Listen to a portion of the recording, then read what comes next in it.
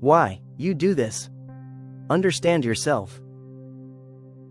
You crave closeness more than you admit. You imagine what it would feel like to finally relax with someone, to not monitor every word, to not calculate every reaction.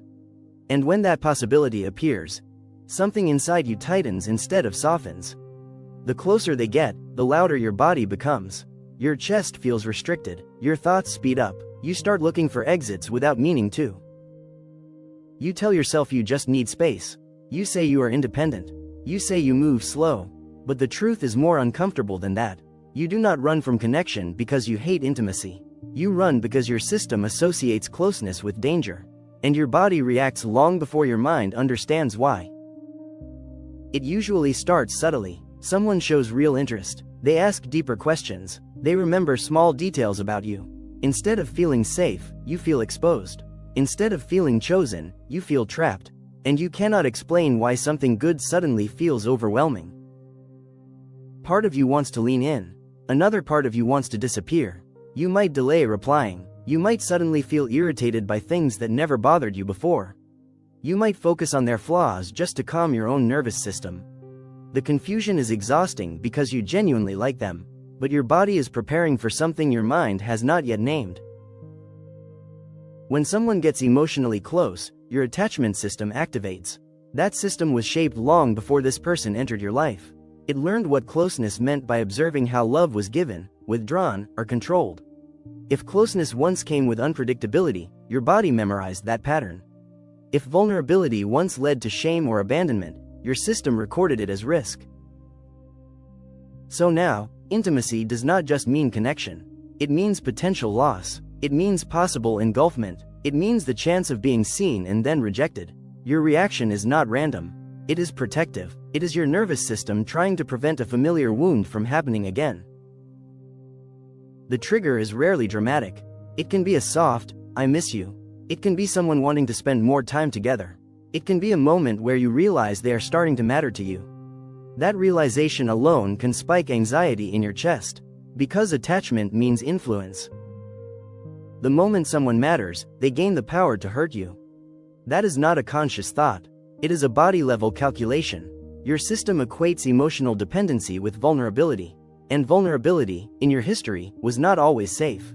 So instead of melting into closeness, you brace against it. Your nervous system does not distinguish between past and present very well. It scans for patterns, not timelines. If something feels similar to an old wound, it reacts as if the old outcome is about to repeat. Your heart rate increases. Your thoughts become critical. You feel an urge to regain control.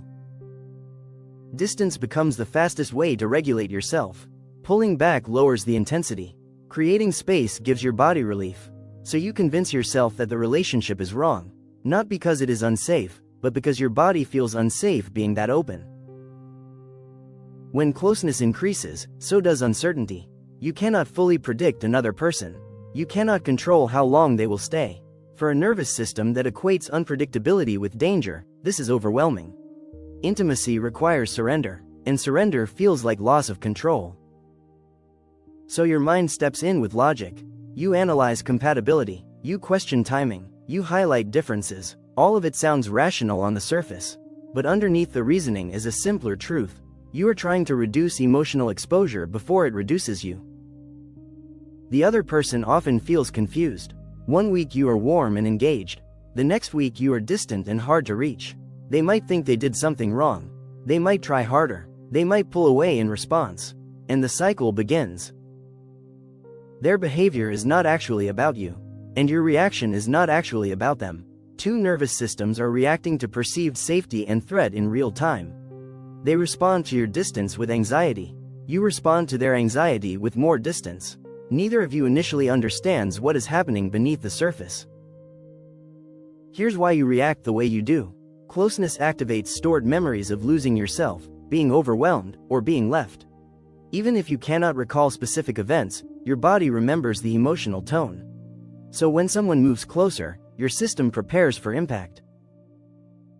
You might experience this as sudden doubt. You might feel suffocated even when they are not demanding. You might interpret normal needs for reassurance as pressure. Your body is not evaluating the present moment objectively. It is reacting to a blueprint formed earlier in life. Here's how the pattern forms between both of you. The more they seek reassurance, the more you feel crowded. The more you withdraw, the more they pursue. This push-pull dynamic escalates without either person intending harm. It becomes a dance driven by regulation, not logic. One nervous system seeks closeness to calm itself. The other seeks distance to calm itself. Both are trying to feel safe. But safety strategies collide. Without awareness, this pattern can look like incompatibility. In reality, it is two survival responses misreading each other. At the root, this is not about commitment issues. It is about nervous system imprinting. If you learned that love required hypervigilance, your body will stay alert in intimacy.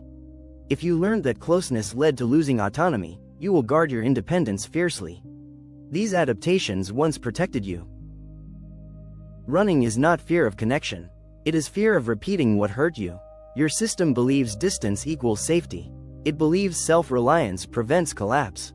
So when love starts to feel real, your body interprets that as potential danger instead of potential stability. Over time, this pattern becomes part of how you see yourself. You call yourself bad at relationships. You say you are just not built for closeness. You take pride in needing no one. But underneath that identity is a nervous system that never felt fully safe depending on someone. Independence becomes armor. Emotional control becomes proof of strength. Letting someone in feels like betraying that survival strategy. So you protect the identity that once protected you, even when it costs you the connection you secretly want. The shift begins when you stop labeling yourself as avoidant or broken. Nothing is wrong with you. Your system is doing exactly what it learned to do. The problem is not your capacity for love. It is the association your body built around vulnerability. When you understand this, something softens. You realize you are not sabotaging connection on purpose. You are regulating fear, and fear can be worked with. It does not have to dictate every decision. Integration starts small. You notice the urge to run without immediately acting on it. You name the sensation in your chest instead of turning it into criticism of the other person. You allow closeness in controlled, tolerable doses. Safety is built gradually, not forced. You communicate your need for space without disappearing. You reassure yourself that discomfort does not equal danger. Over time, your nervous system collects new evidence. Closeness does not always end in collapse. Vulnerability does not always end in abandonment. Real empowerment is not detachment. It is staying present when your system wants to escape. It is recognizing activation without obeying it blindly. You begin to separate past memory from present reality. You create a pause between trigger and reaction. That pause is powerful. It allows you to choose rather than reflexively withdraw. It allows connection to deepen without overwhelming you. And each time you stay instead of run, your system recalibrates slightly. You do not have to eliminate the urge to run. You only have to understand it.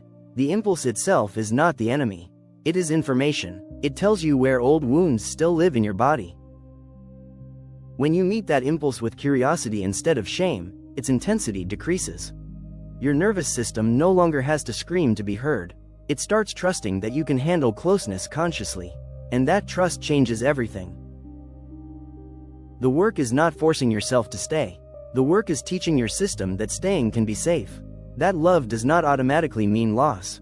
That vulnerability does not automatically mean collapse. And when that lesson finally lands, connection stops feeling like a threat and starts feeling like home. You were never afraid of love. You were afraid of repeating pain.